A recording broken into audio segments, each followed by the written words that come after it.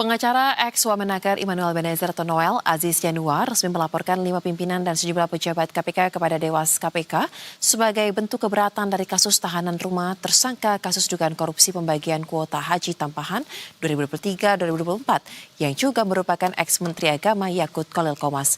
Para pimpinan pejabat KPK ini dilaporkan atas dugaan pelanggaran kode etik karena tidak profesional dan tidak adil dalam mengizinkan pengalihan status tahanan Yakut.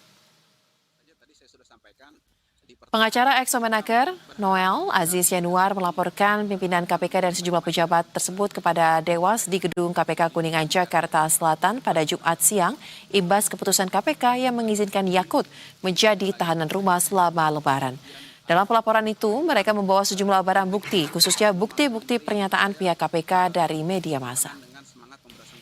Aziz Yanuar juga mengatakan pihaknya menilai pimpinan serta pejabat KPK ini melanggar nilai-nilai keadilan, profesionalisme, transparansi, dan objektivitas dalam keputusan pengalihan tahanan Yakut. Aziz Yanuar mengaku pihak Dewas KPK sudah menerima dan akan menindaklanjuti laporan pihaknya dalam waktu 2 hingga 4 pekan ke depan. Laporan pihak DPP Advokat Persaudaraan Islam merupakan laporan ketiga ke Dewas soal kasus tahanan rumah Yakut setelah laporan dari ICW dan Maki.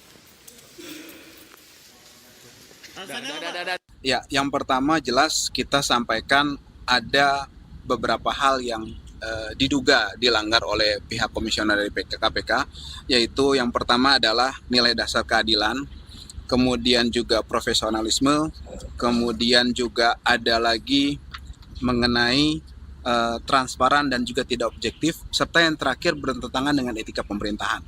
Kenapa?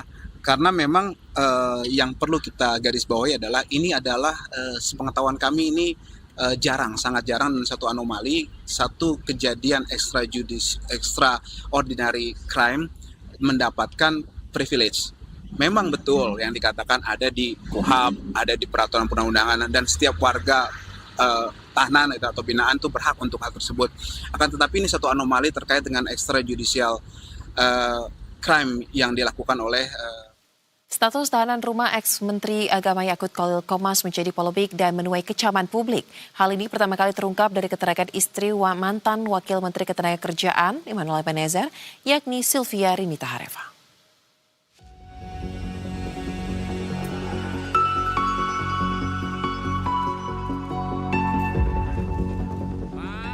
Menghilangnya mantan Menteri Agama Yakut Khalil Qomas dari rutan KPK mencoreng wajah Komisi Anti Rasuah. Sebelumnya, keberadaan Yakut yang sudah tidak berada di rutan KPK terungkap pada momen Lebaran. Informasi ini pertama kali disampaikan oleh istri mantan Wakil Menteri Ketenagakerjaan Immanuel Ebenezer, Sylvia Rinita Hareva, usai menjenguk Noel di rutan KPK pada Sabtu 21 Maret 2026 lalu. Dalam keterangannya, Sylvia mengatakan bahwa suaminya dan tahanan KPK lain tidak melihat keberadaan Yakut di rutan sejak Kamis 19 Maret 2026. Tadi sih sempat nggak ngelihat Gus Yakut ya. Infonya sih katanya keluar hari Kamis malam. Oh gitu. Keluar hari Kamis malam. Iya. Pekan ini ya berarti. Iya. Keluar Kamis malam pekan ini keluarnya. Iya, sebelum hari Jumat ya kalau nggak salah.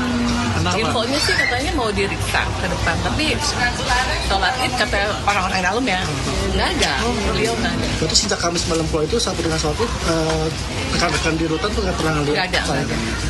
Justru tadi terakhir Jam 7:10 kata menurut info dari dalam ya, gitu sih. Sementara itu masih di hari yang sama, pihak KPK menyatakan bahwa status penahanan Yakut telah beralih menjadi tahanan rumah sejak Kamis 19 Maret 2026 lalu. KPK berdalih bahwa pihaknya mengabulkan permohonan pengalihan status tahanan Yakut dikarenakan kondisi kesehatan tersangka yang didiagnosis mengidap GERD akut dan asma. Pernyataan KPK ini pun sontak menuai sorotan publik hingga akhirnya penyidik Komisi Anti Rasuah kembali menjebloskan ex-Menteri Agama Yakut Khalil Qomas ke rutan pada Selasa 24 Maret 2026 lalu usai sebelumnya menjalani pemeriksaan di Rumah Sakit Polri Kramat Jati. Tim Liputan Berita 1.